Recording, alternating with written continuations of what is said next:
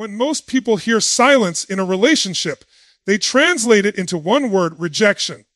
They assume that if someone doesn't speak, doesn't call, doesn't text, or doesn't lean in with affection, then it must mean they don't care. But that assumption is one of the biggest mistakes you can make when dealing with an avoidant personality, because silence in their world does not equal absence. In fact, silence is often the loudest proof of love they know how to give. It sounds paradoxical, but let's break it down. When an avoidant falls in love, they do not experience it as a soft, gentle unfolding. They experience it as a tidal wave.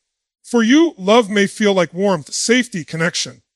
For them, love feels like intensity, pressure, vulnerability, even danger. Their nervous system interprets closeness as a potential threat. So when their feelings deepen, when they realize they're actually attached to you, their system goes into overdrive. They don't retreat because they don't care. They retreat because they care so much their body doesn't know how to process it. Think about that.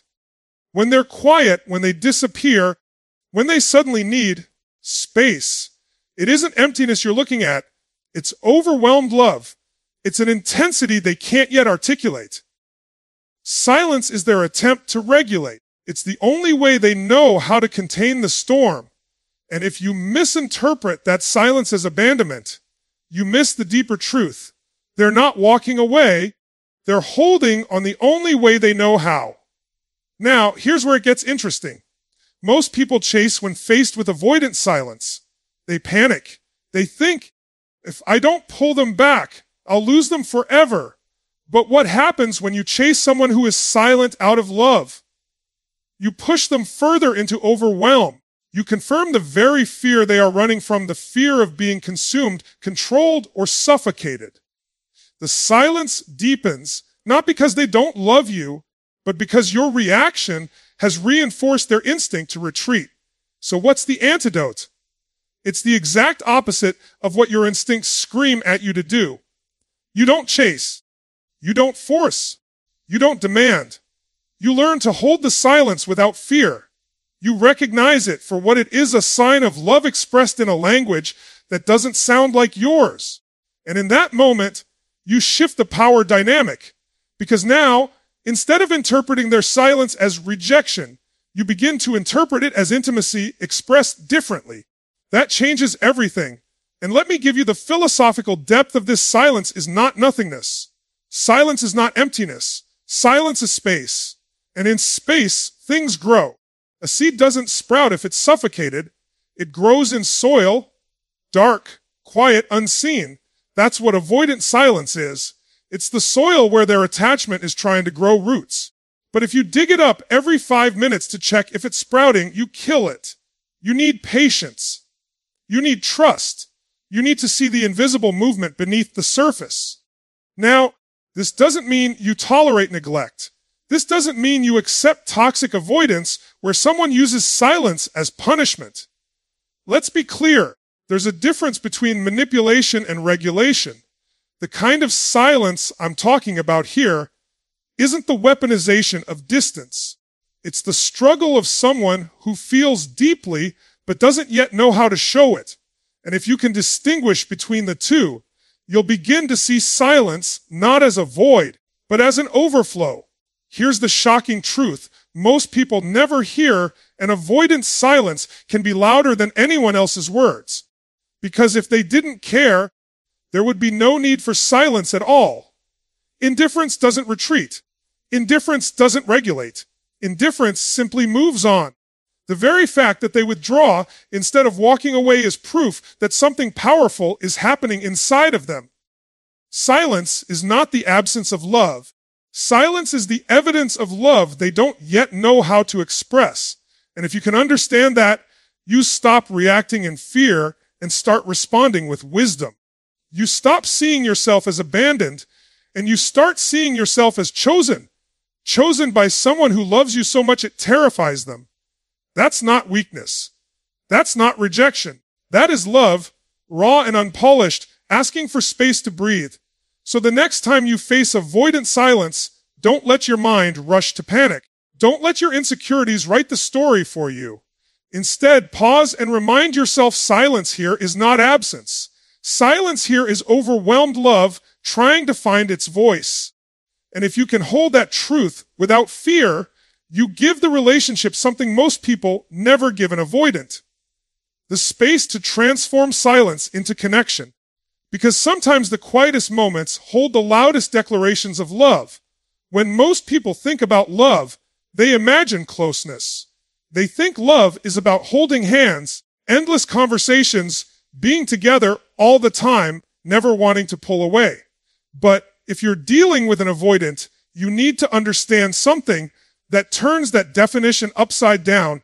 Withdrawal, for them, is often their version of closeness. And I know that sounds contradictory, but listen carefully, because this shift in perspective could save you from sabotaging the very connection you're trying to build. Here's why. An avoidant's deepest fear is not rejection. Their deepest fear is being consumed. They fear that if they let themselves go all in, they'll lose their identity, their independence, their ability to breathe. That fear didn't just appear out of nowhere. It's rooted in their earliest experiences, in moments where closeness felt overwhelming, where depending on someone didn't feel safe, where vulnerability meant pain, not comfort. So when they finally feel deep affection for you, when they feel attachment rising up in their chest, their instinct isn't to lean in like most people. Their instinct is to lean out. And here's the shocking paradox: the moment they withdraw is often the moment they feel most connected. Their withdrawal isn't proof of less love. It's proof that love has reached a level intense enough to trigger their survival instincts. If they didn't care, they wouldn't bother pulling back. Indifference doesn't need space. But love, real raw love, activates the very defenses they built to protect themselves from pain. So think about what this means in real time. You're with someone avoidant. Things are going well. The intimacy deepens. You feel it. You think, finally, we're getting closer. And then suddenly, they go quiet. They cancel plans. They disappear for a while. And your mind screams, they're leaving. They don't care. It's over. But in reality, that withdrawal is not them falling out of love. It's them falling deeper into it. It's them stepping back, not because they want out, but because they're terrified of being all the way in. Most people don't understand this, and that's where everything breaks down. They chase the avoidant when they withdraw. They demand closeness. They beg for reassurance. They push for conversation. And what happens? The avoidant retreats further, because in their psychology, that push is proof of the very suffocation they're afraid of. Your pursuit doesn't bring them closer. It convinces them that closeness equals loss of freedom. And then the cycle repeats. You chase harder, they retreat further until both sides feel misunderstood and unloved. But if you can shift your perspective, if you can see their withdrawal as a distorted expression of closeness rather than a rejection, you immediately change the dynamic. You stop chasing. You stop panicking. You hold steady. And in that steadiness, you communicate something powerful. Your need for space doesn't threaten me. Your withdrawal doesn't make me insecure. I can love you without clinging. And when they feel that, that's when the avoidant begins to trust. That's when the walls start to crack, because what they fear isn't love. It's losing themselves in love. Show them they can have both, and you unlock a deeper connection than most people ever experience. This isn't just psychology, it's philosophy. Think about the balance of opposites. Fire needs oxygen, but too much oxygen extinguishes it. A plant needs sunlight, but too much burns it. Love with an avoidant follows the same law. Closeness is needed, but in doses that allow space. Their withdrawal is not a denial of love. It's their way of balancing intensity with safety. If you fight it, you break the balance. If you respect it, you allow love to breathe. And here's the part that will surprise you most: the withdrawal doesn't last forever. It's not permanent. For an avoidant, pulling back is like coming up for air. They need the space to breathe so they can engage without drowning. And if you can trust that rhythm instead of resisting it, you discover that withdrawal and closeness are not opposites. They are part of the same dance. The pullback is simply the inhale before the exhale of connection. So don't misinterpret withdrawal. Don't let your insecurities write the story for you. Instead, recognize it as love in disguise. A fragile, unfamiliar love that doesn't yet know how to flow freely. And when you choose not to panic, when you choose to stand in strength instead of fear, you communicate something that an avoidant rarely feels: safety. And that safety is what allows them to come closer, not by force, but by choice. Remember this: their withdrawal is not a wall against you. It is a wall against their own fear. And sometimes the greatest proof of love is not in how close they get, but in how carefully they step back to protect what they're feeling. Because when an avoidant withdraws, it isn't distance. It's love wrestling with fear, trying to find its balance. One of the most misunderstood behaviors of an avoidant partner is the way they seem to test the relationship without ever announcing they're doing it. They don't test you with words. They test you with silence. They test you with distance. They test you with what looks like indifference. But make no mistake, this is not because they want to hurt you or push you away permanently. It's because, for them, safety has to be proven before vulnerability can be offered. And their way of proving it isn't straightforward. It's subtle, often frustrating, but it's deeply revealing once you understand what's happening beneath the surface. See, most people think of love as a declaration. I love you. I'm here for you. You mean everything to me. But an avoidant doesn't trust words, not even their own. For them, words feel too risky, too exposed. Instead, they watch. They observe. They measure. They retreat to see if you'll come unglued, if you'll rage, if you'll panic, if you'll chase. Because here's the psychology at play. If you can't handle their silence, they believe you can't handle their soul. If you can't stay grounded when they step back, then how could you possibly handle the rawness of them stepping forward? That's why so many people fail this unspoken test. They take distance as rejection. They react with fear. They lash out, cling harder, demand answers. And in that moment, the avoidant silently concludes, I can't be safe here. If this small step back creates chaos, then opening my heart fully will destroy me. They're not testing your patience as much as they're testing the environment, testing whether their love can survive outside of their protective walls. Now here's the paradox. If you can remain calm when they retreat, if you can hold steady without chasing, without collapsing into insecurity, you communicate something powerful: safety. You tell them, not with words, but with presence, I am not threatened by your distance. I don't need to control you to feel secure. I'm here whether you're close or whether you need space. That, to an avoidant, is revolutionary, because safety is not proven to them by closeness. Safety is proven by how you handle their absence. This is where philosophy meets psychology. Every human being carries a tension between freedom and connection. Too much connection without freedom feels like suffocation. Too much freedom without connection feels like isolation. Avoidants lean heavily toward freedom because their nervous system equates connection with danger. So when they test, they are essentially asking, can I have both? Can I stay free and still be loved? Can I step back and not be abandoned? Can I show you my fear and still be chosen? Most people never answer those questions correctly because they react to the test instead of responding with awareness. They try to force closeness. They try to drag the avoidant back into the light. But what if instead of resisting the test, you respected it? What if instead of panicking, you realized this retreat isn't the end? It's the beginning of trust. Think about it. If someone withdraws and you chase them, you confirm their fear.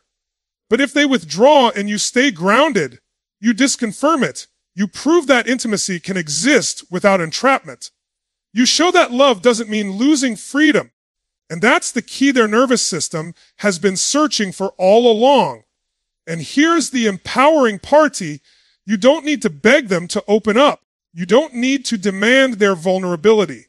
All you need to do is master your own response to their distance. Because when they see that their silence doesn't unravel you, they start to believe maybe, just maybe, their vulnerability won't either. So the next time you feel them pulling back, pause, breathe, remind yourself this isn't a rejection, it's a test. They're not asking, do you love me when I'm close? They're asking, do you still love me when I'm far? And if you can answer yes with your actions, not just your words, then the day will come when they inch closer, not out of obligation, but out of choice. Because that's the secret with avoidance. You cannot force their vulnerability, but you can create the conditions where it naturally unfolds. And those conditions are built in your response to their tests, not with fear, not with pressure, but with presence, patience, and strength. Remember this, when they pull away, they are not abandoning you. They are asking you silently, am I safe here? Can my love survive here? And if you can answer that without panic, without fear, then their test is not a wall. It's a doorway. And once they know the doorway leads to safety, they'll step through it. One of the biggest misconceptions about avoidance is that when they shut down emotionally, it means they don't feel anything. People look at their calm exterior, their flat tone, their lack of expression, and they think, see, they don't care. They're detached. But the truth is almost the exact opposite. Their shutdown isn't a lack of emotion. It's an overload of emotion. It's not emptiness you're witnessing, it's overflow.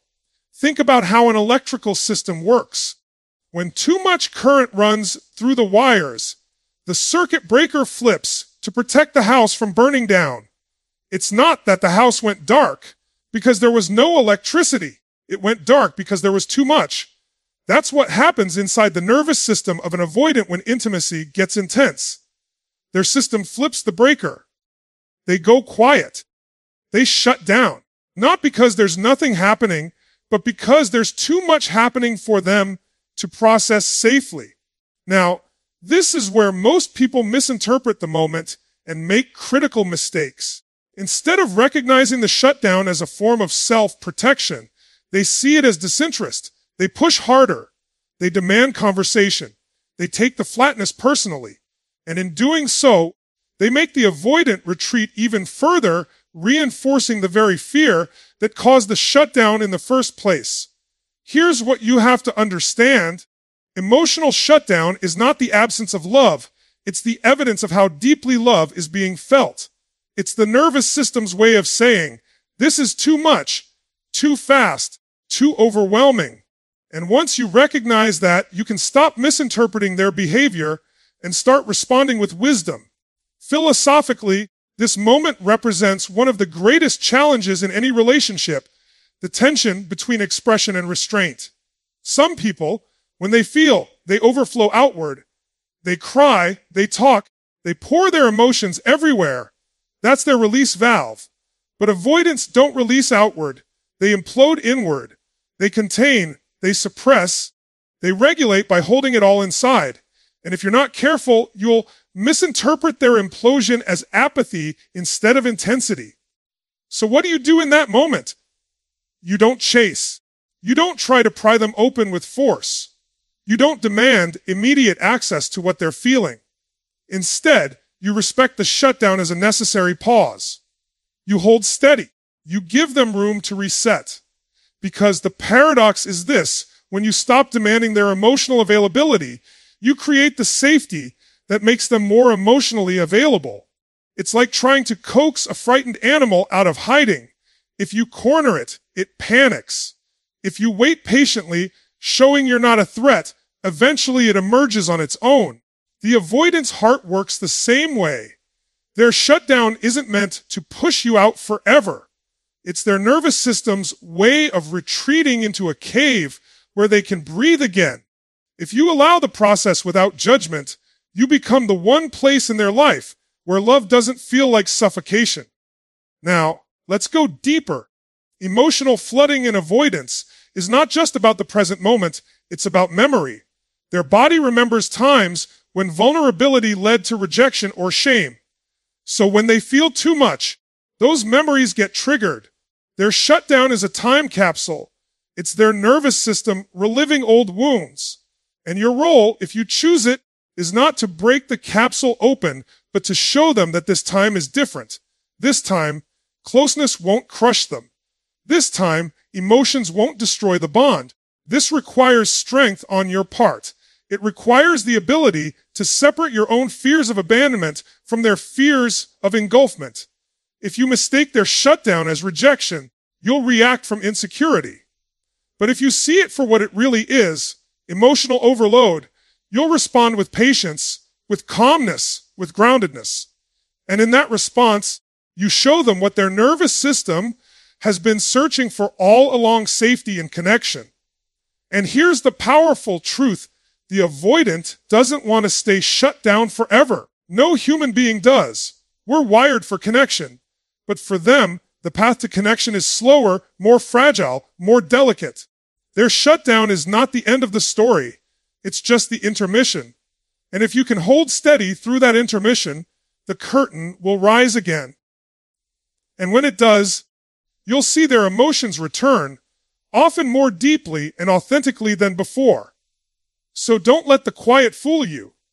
Don't let the blank expression convince you of emptiness. Don't assume that because they look calm, nothing is happening inside. Often, the calm exterior is the mask covering the storm. And if you can respect the storm without fear, you become the anchor they didn't even know they were searching for. Remember, this emotional shutdown in an avoidant is not a lack of love. It is love overflowing to the point of collapse. And if you can interpret it correctly, you won't run from it. You'll stand firm in it. Because sometimes the greatest proof of love is not in the words spoken or the tears shed, but in the silence that hides the flood. One of the most shocking truths about avoidance is this: the colder they seem on the outside, the more deeply attached they often are on the inside. It's counterintuitive, isn't it? We've been conditioned to believe warmth equals love and coldness equals detachment. But for avoidance, that formula doesn't hold. In fact, their apparent coldness is often the strongest mask for their deepest attachment. Let me explain why. When an avoidant starts to love, it triggers a primal fear in them. Fear of dependency, fear of exposure, fear of losing control. So what do? They put on armor. They create distance. They act indifferent. They hide behind coolness. Not because they don't feel, but because they feel too much. That mask of coldness is not protection from you. It's protection from the intensity they feel for you. Think about it. If they truly didn't care, there would be no need for a mask at all. Indifference doesn't hide itself. It simply walks away. Indifference doesn't need to look cold. It doesn't need to act detached. It just is detached. But if someone is going out of their way to act distant, if they are working hard to appear unaffected, that effort itself is proof there's something they're trying to contain. The colder they look, the hotter the fire burning underneath. This is why so many people misread avoidance and sabotage the relationship. They take the mask at face value. They see the lack of expression, the quiet tone, the retreat into independence. And they say, that's it. They don't care. They're done. So they give up, or worse, they lash out in anger. And in doing so, they miss the truth that the coldness wasn't rejection, it was protection. Now, let's take this deeper. Philosophically, masks have always played a role in human life. In ancient theater, actors wore masks not to hide, but to reveal something larger than themselves. The mask was a symbol, a way of channeling something powerful. In the same way, the avoidance mask of coldness is not the absence of emotion, it's the containment of emotion too big to handle in its raw form. The mask is their survival strategy. It's their way of saying, I feel, but I can't show it yet. And here's the psychological kicker: the avoidant knows on some level that if they revealed their true depth of attachment too soon, it would terrify them. So they keep it under wraps until they feel safe enough to let it leak out. But the very act of masking is proof of the attachment. You don't guard something worthless. You guard what matters most. This means your role in these moments is not to rip the mask off. It's not to demand they show you everything right now. It's to recognize what the mask really means. It's to look past the coldness and understand that what you're really seeing is vulnerability in disguise. And when you respond with steadiness, with calmness, with presence, you communicate something their nervous system rarely feels. You don't need to hide here. You're safe. And over time, that safety is what allows the mask to fall away. Now, let me make this practical. Imagine you're in a conversation with your avoidant partner and they suddenly go flat. Their voice turns neutral, their face expressionless. You feel the wall go up. Your instinct might be to get louder, to demand reassurance, to accuse them of not caring. But what if instead you took a breath, stayed calm, and reminded yourself, this is not detachment, this is defense. And by not reacting in fear, by not escalating, you quietly communicate, I'm not afraid of your mask. I can handle your silence. I can stand steady while you find your footing. That is what disarms the mask. That is what makes them trust. Because here's the paradox. The mask of coldness is not built to keep you out forever. It's built to protect their heart until they know you won't shatter it. And if you can pass that test, not by force, but by presence, you'll discover the warmth beneath the cold. And when avoidants finally let that warmth show, it comes out raw, unfiltered, and real. So don't be fooled by appearances. Don't assume that distance equals disinterest or that coldness equals emptiness. Often, the ones who look most detached are the ones who care the deepest.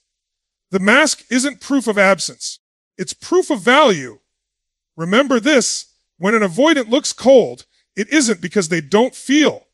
It's because they feel so much they don't yet know how to show it. And if you can see through the mask, you'll realize you were never dealing with distance at all. You were dealing with love, hidden in disguise. Here's the paradox that throws almost everyone off. When an avoidant starts to truly love you, the first symptom you'll notice is not closeness, but distance. That feels backward. It feels wrong. Our culture has taught us that love should always look like pursuit, like affection, like endless expressions of desire. But for the avoidant, love doesn't start with pursuit. It starts with retreat. Their very first act of attachment is often to pull away. Why? Because love for them is not safe territory. It's foreign. It's loaded with danger signals. Their nervous system interprets deepening affection not as comfort, but as threat. The closer they get to you emotionally, the louder their alarms go off internally. It's not that they don't feel. It's that they feel so much, so fast, that their body tells them they need to step back. The retreat is not rejection. It's regulation. It's their way of keeping the fire from burning them alive. Most people misinterpret this and panic. They think, if they loved me, they'd stay close. If they cared, they wouldn't pull away. And so, when they see distance, they assume love is dying. But the truth is, for the avoidant, distance is how love begins. It's the awkward, clumsy opening step of their dance toward intimacy. It looks like a wall, but it's actually a doorway. Think about this philosophically in life. The things that carry the most value often come wrapped in paradox. Strength doesn't look like aggression. True strength is restraint. Freedom isn't the absence of structure. Freedom is found within boundaries. Love with an avoidant follows this same paradox. It doesn't begin with closeness. It begins with space. That space is not a void. It's an incubation chamber. It's where their love takes shape before it can safely emerge. Now, here's where your response becomes everything. If you chase them when they step back, if you panic and demand closeness, you interrupt the process. You confirm their deepest fear, that love means losing freedom, losing air, losing self. But if you can resist the panic, if you can hold steady, you allow the process to unfold naturally. Their retreat becomes a cycle, not a collapse. They step back, they reset, and then they step forward again, Slowly, cautiously, but with increasing trust. This is where wisdom separates itself from impulse. Your impulse may scream, close the gap, pull them in. But wisdom says, hold your ground, let them breathe. Trust the rhythm. And when you act from wisdom instead of fear, you create a space where their love doesn't suffocate them. It strengthens them. Let me take this one step deeper. For the avoidant, love doesn't start with joy. It starts with fear. And fear, when handled well, transforms into trust. That transformation doesn't happen overnight. It happens in cycles. Retreat, return, distance, closeness, fear, then faith. If you can see the distance not as an ending, but as a necessary beginning, you'll stop fighting the process